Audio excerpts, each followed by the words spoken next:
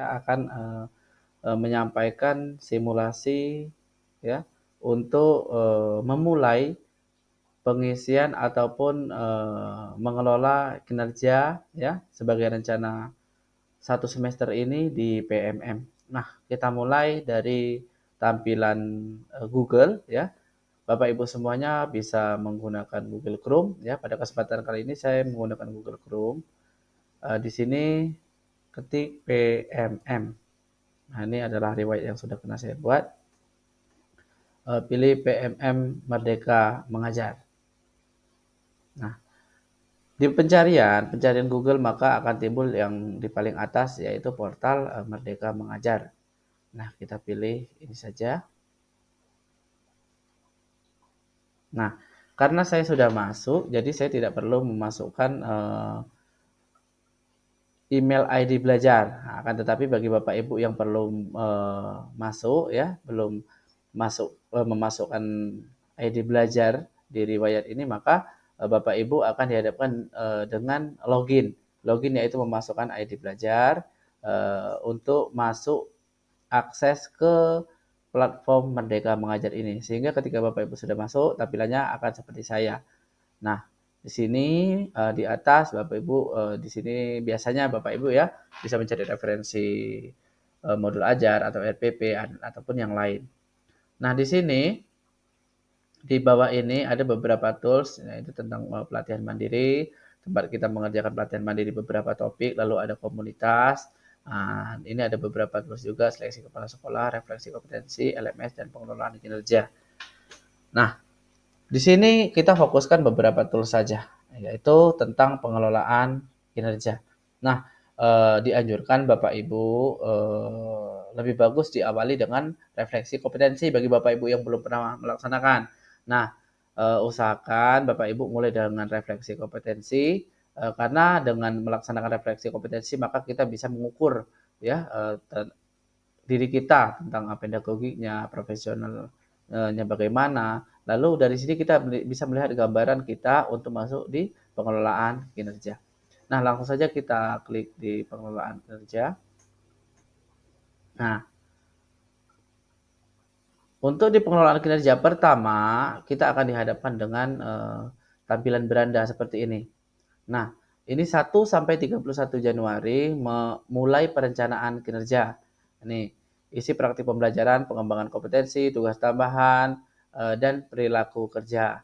Pastikan perencanaan diajukan sebelum batas waktu. Nah, ini dari 1 sampai 31 Januari. Bapak Ibu silakan nanti diakses ya bagi yang belum mengakses. Ini hanya sekedar sharing karena sedikit pengetahuan yang saya dapatkan ini mudah-mudahan bermanfaat juga bagi rekan-rekan guru yang lain. Nah, di sini kita bisa lihat di bawah alur pengelolaan kinerja. Rangkaian pengelolaan kinerja terjadi 2 kali dalam setahun, ya, periode Januari sampai Juni, lalu Juli sampai Desember. Yang pertama di bulan Januari itu perencanaan guru dan persetujuan atasan. Ini dilaksanakan di jangka bulan Januari ini.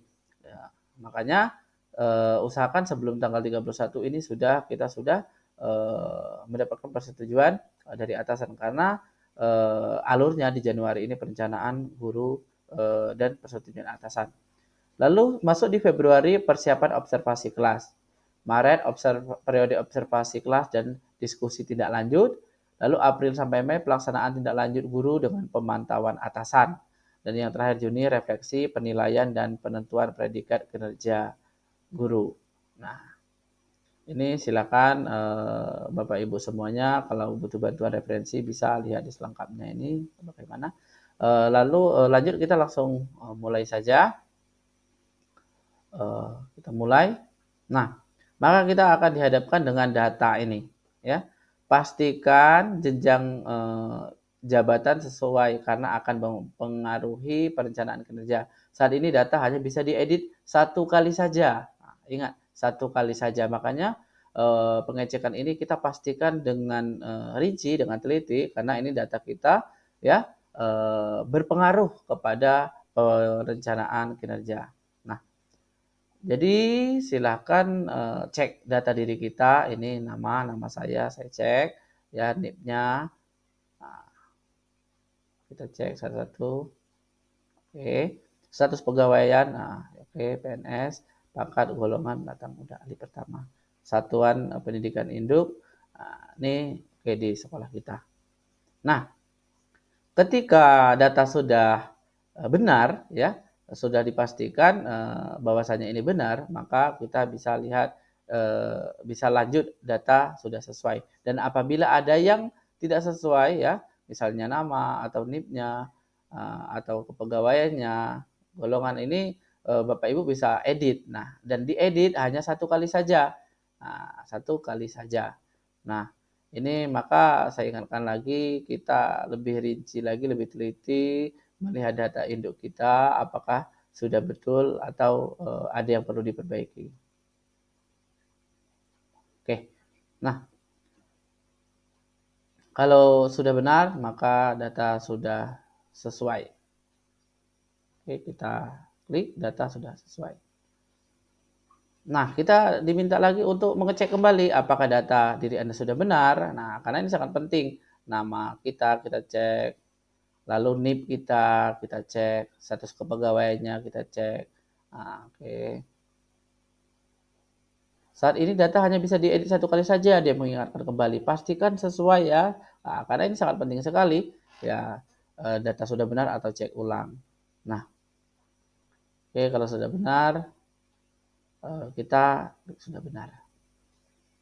Nah, maka kita akan diarahkan di perencanaan kinerja dari Januari sampai Juni 2024. Nah, yang pertama, ini kita diarahkan untuk memilih indikator ya untuk menjadi fokus peningkatan kinerja Anda. Nah, kami sudah sediakan rekomendasi berdasarkan rapor pendidikan Satdik Anda. Di sini ada tulisan warna biru. Kita bisa lihat kalau bagi Bapak Ibu yang belum melihat rapor pendidikan atau belum diberi ya, silakan nanti boleh hubungi operator atau kepala sekolah ataupun bisa cek di sini. Nah, di versi yang terakhir. Nah, ini kualitas pembelajaran. Lalu dimensi prioritas ini tidak ada, pilih sesuai kebutuhan. Itu makanya tadi saya bilang melihat refleksi sampai mana kita dapat mengukur diri kita. Lalu pada konten-konten sebelumnya saya sudah sampaikan ada beberapa RHK yang memang bisa kita ambil dan tentunya tidak memberatkan kita. Nah, di sini apabila Bapak Ibu masih ragu, silahkan di rapor pendidikan Satdik Anda ini dicek, nah, lihat semuanya. Oke, nah kalau di sini saya di kualitas pembelajaran, kualitas pengelolaan kelas dan penyelenggaraan pembelajaran interaktif yang sesuai dengan tujuan pembelajaran dan karakter siswa. Nah, kalau di sini saya di manajemen kelasnya sudah baik, dukungan psikologisnya sudah baik, lalu metode pembelajarannya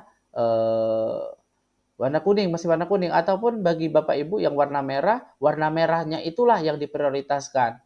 Lalu kalau seandainya kuning satu itu yang diprioritaskan. Kalau kuning dua itu perlu dibicarakan ya atau didudukkan dulu. Memang lebih baiknya sebelum kita melaksanakan ini kita dudukkan. Tetapi kalau seandainya ada satu kuning ya kita prioritaskan yang kuning saja di metode pembelajaran. Nah ini karena ada satu yang kuning lebih diprioritaskan ke yang kuning saja karena yang lain sudah baik. Nah lalu Bapak Ibu bisa melihat ke sistem rapor pendidikan. Nah, kalau seandainya Bapak Ibu mau melihat. Oke, karena kita sudah dapat mana yang diprioritaskan. Nah, Anda dapat berdiskusi dengan atasan untuk mempelajari rapor pendidikan Satdik Anda ataupun info lainnya tentang tahap perencanaan. Oke. Sudah mengerti? Nah, misalnya di sini. Nah, dimensi prioritasnya tidak ada, tetapi pilih sesuai kebutuhan. Nah, ada aktivitas interaktif, lalu instruksi pembelajaran, instruksi yang adaptif, ya. Ini khusus di dimensi metode pembelajaran, ya karena memang kita yang bagian yang warna kuningnya ini di dimensi metode pembelajaran. Maka kita dapat memutuskan untuk mengambil ya yang warna kuning ataupun menurut kita masih perlu diprioritaskan. Misalnya di sini saya ambil, karena yang lain hijau, saya ambil aktivitas interaktif.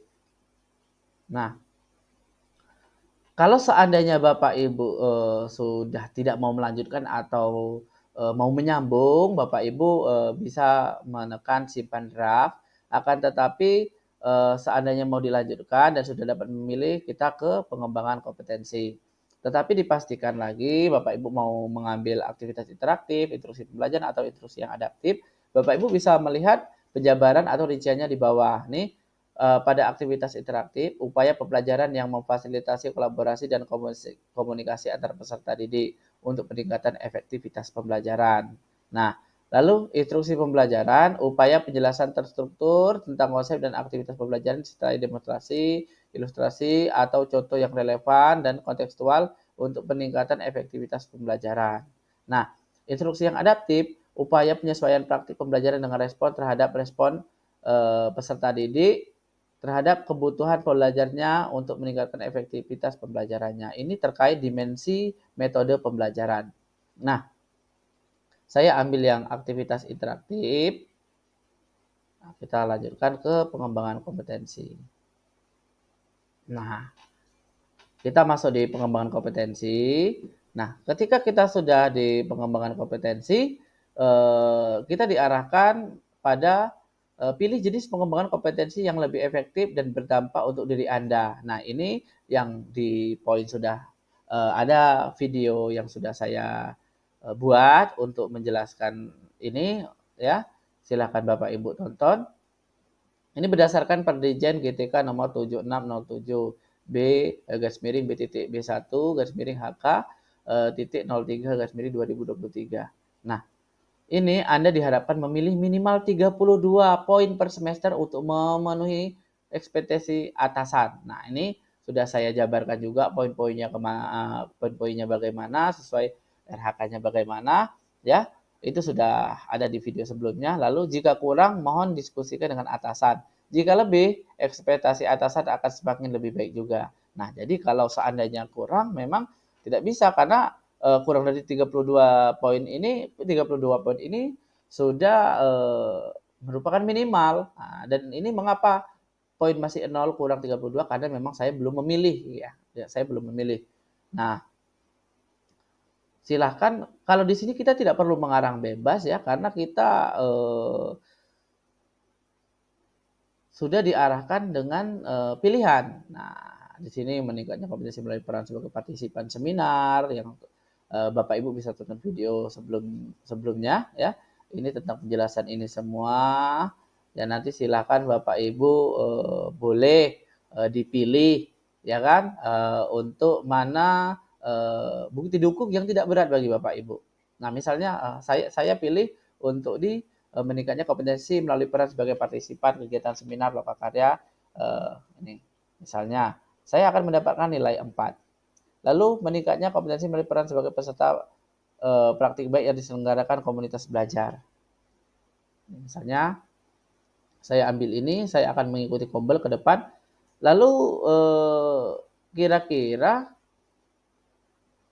target kuantitas berapa kegiatan, apa satu kegiatan atau 2 kegiatan selama periode Januari sampai Juni. Nah, misalnya saya ambil 2 kegiatan, maka saya sudah mendapatkan poin 8. Nah, ini target waktunya per semester. Nah, apabila kita sudah membuat ini, maka kita kan masih poin 8 nih, belum mencapai 32 poin. Nah, belum mencapai 32 poin, makanya kita tambahkan saja. Nah, silakan tambah. Kalau mau dihapus, tinggal hapus ini saja. Hapus. Oke, kita tambah saja. Karena masih 8. Nah, misalnya saya mau mencari kompetensi sebagai meningkat kompetensi sebagai narasumber berbagi praktik baik dalam kegiatan yang terkait implementasi kurikulum merdeka dan atau perencanaan berbasis data. Nah, ini biasanya di kombel saya selain sebagai penggerak, saya juga sebagai narasumber untuk di kombel. Ini misalnya saya ambil satu narasumber berpraktik baik, ya. Ini misalnya saya ambil di satu kegiatan saja. Atau misalnya saya ambil 2 kegiatan per semester. Nah, dan saya ingatkan kembali bahwasanya ini jangan sampai memberatkan kita. Nah, yang seperti biasanya sudah pernah kita laksanakan, itulah yang kita laksanakan saja, sehingga ini tidak menjadi beban bagi kita. Dan ini masih 24, 24 masih kurang 8 poin untuk memenuhi 32 poin. Saya tambah lagi. Misalnya saya mau mengerjakan aksi nyata di topik Merdeka Mengajar. Nah, ini meningkatnya kompetensi guru, peran sebagai pelatihan mandiri sesuai model kompetensi. Nah, ini di sini. Nah, di sini kita sudah mendapatkan 8 poin. Kalau apabila hanya 1 sertifikat, maka di atas sudah penuh 32 poin. Nah, misalnya di sini saya mau menyelesaikan aksi nyata dan mendapatkan sertifikat 4 kegiatan atau 4 topik. Nah, maka saya sudah mempunyai 56 poin. Nah, apabila sudah menurut kita sudah cukup, ya kan? Ya sudah, berarti kita sudah mendapatkan lebih dari 32 poin. Sedangkan target pertama yaitu 32 poin. Nah, apabila sudah cukup, ya kita ke tugas tambahan. Dan apabila seandainya Bapak Ibu mau nambah, silakan ditambah. Oke. Misalnya saya mau tambah satu lagi karena saya juga sebagai penggerak komunitas belajar, ya, penggerak komunitas belajar. Kita di sini cari kompetensi melalui peran sebagai. Ini saya sudah kemarin mendapatkan ini apresiasi Astra 1 Indonesia Award, tapi ini di 2021 dan 2023 ini ya tidak bisa dipakai di 2024. Nah, ini meningkatnya kompetensi melalui peran sebagai penggerak komunitas belajar dengan mengadakan minimal 3 kegiatan berbagi praktik baik, dan ini kita targetkan sampai di 2024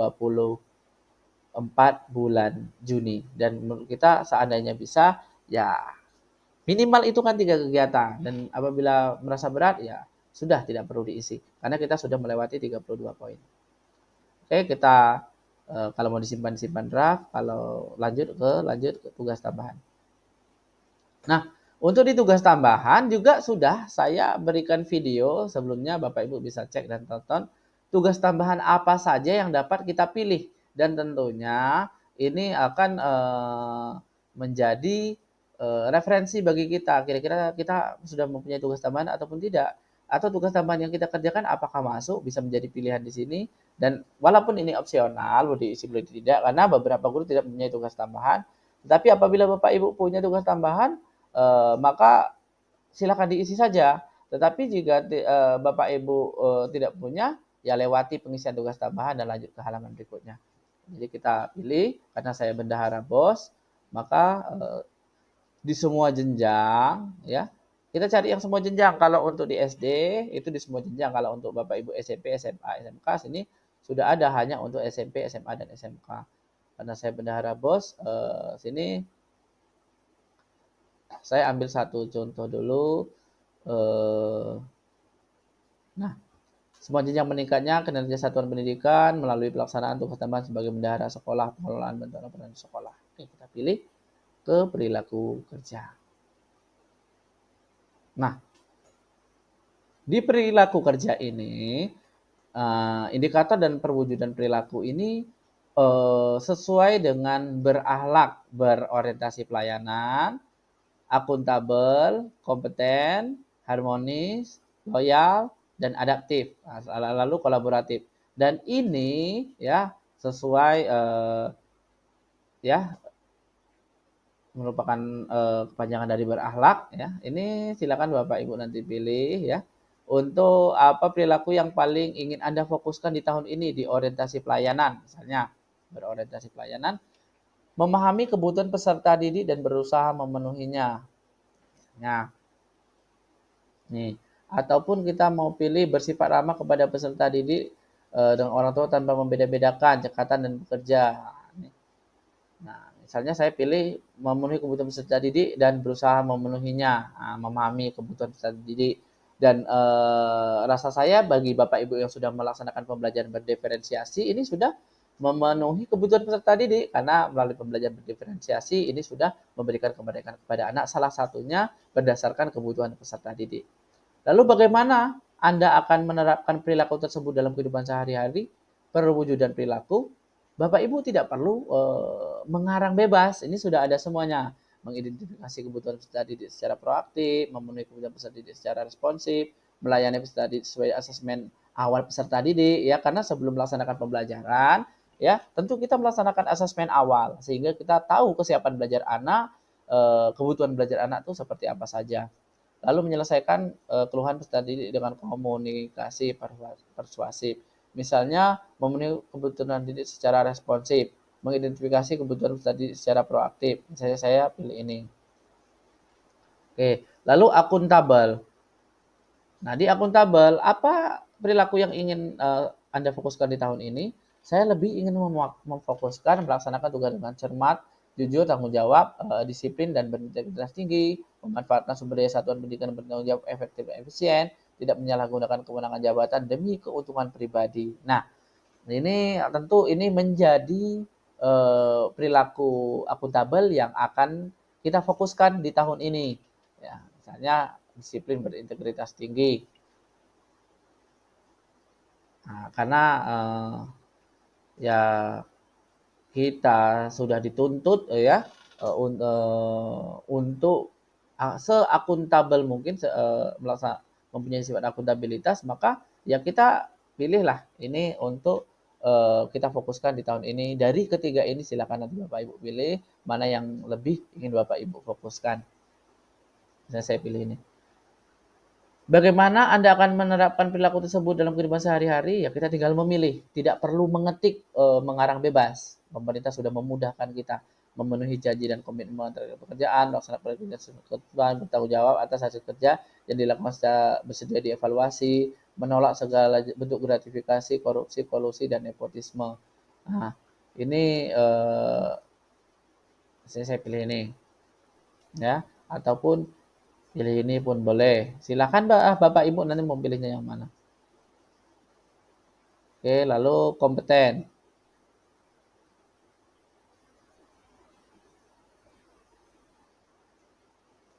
Apa perilaku yang paling ingin fokuskan di tahun ini di aspek kompeten? Nah, kita tinggal pilih menunjukkan penguasaan kompetensi memadai dalam melakukan kinerja, membantu peserta didik jawab online untuk saling belajar, melaksanakan tugas dengan kualitas terbaik. Saya pilih ini.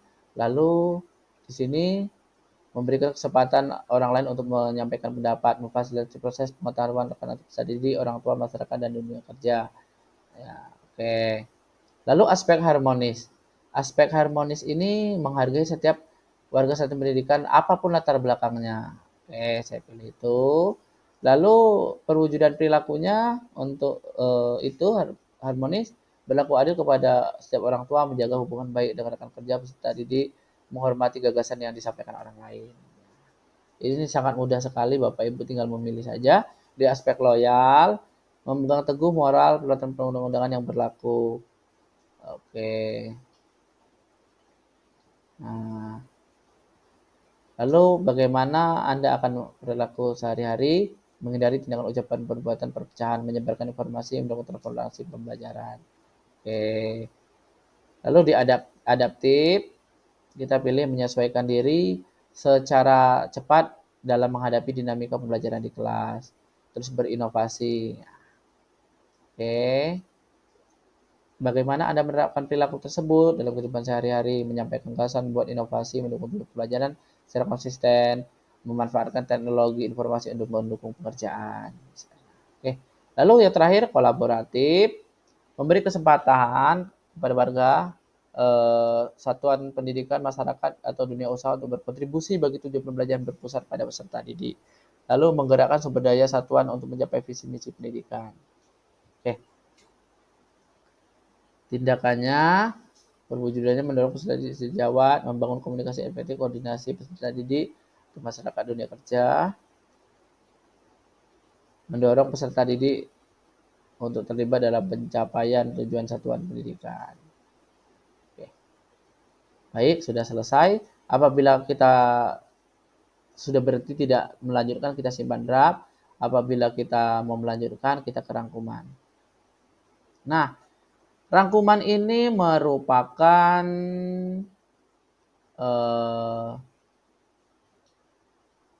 apa yang tadi kita isi, ya. Nah, baik dari hasil ya dari praktik pembelajaran, pengembangan kompetensi, ya kan? Ini akan terlihat dan terangkum dari rangkuman ini. Apabila sudah menurut kita sudah oke, ya kita tinggal mengajukan kepada atasan. Dan apabila seandainya belum oke, ya kita bisa mengubah kembali dan menyimpannya sebagai draft. Nah, itu saja Bapak Ibu semuanya. Nanti setelah sudah oke semuanya, nanti kita silakan lanjut ajukan ke kepala sekolah. Nah, di sini kita diingatkan kembali, ajukan perencanaan kinerja ke atasan. Atasan akan lanjut memeriksa, mohon diskusi dengan atasan terlebih dahulu atau disimpan draft jika diperlukan. Ajukan ke atasan SD Negeri 14 Bandul. Kalau seandainya mau ajukan. Kalau mau simpan draft dulu. Oke. Nah, oke, nanti apabila sudah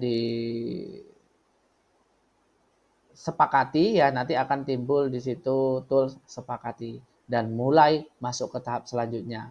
Jadi ingat Bapak Ibu semuanya untuk di tahap perencanaan isi perencanaan kinerja ini rentang waktunya 1 sampai 31 Januari. Jadi manfaatkan waktu yang ada, diskusikan dengan baik dengan warga sekolah terutama dengan atasan. Poin-poin mana saja yang akan kita bahas, akan kita jadikan rencana kinerja 6 bulan ke depan. Dan tentunya ini sangat berpengaruh ya karena ini ada korelasinya atau hubungannya dengan rapor pendidikan dan rekomendasi apa yang harus kita isi dan harus kita kerjakan ke depan. Mudah-mudahan ini penjelasan yang sederhana ini bermanfaat bagi Bapak Ibu semuanya. Silakan diisi dan langsung diajukan sebelum menjelang tanggal 31 Januari 2024. Mohon maaf atas segala kesilapan. Terus dukung channel Kang Ipul Official dengan komen, like, subscribe, serta share konten ini kepada Bapak Ibu yang lain sehingga bagi Bapak Ibu yang masih membutuhkan informasi ini mungkin bisa dapat membantu sedikit kerisauan dan kebingungan bagi Bapak Ibu yang lainnya yang belum paham. Baiklah, saya pamit undur diri. Saya akhiri dengan assalamualaikum warahmatullahi wabarakatuh.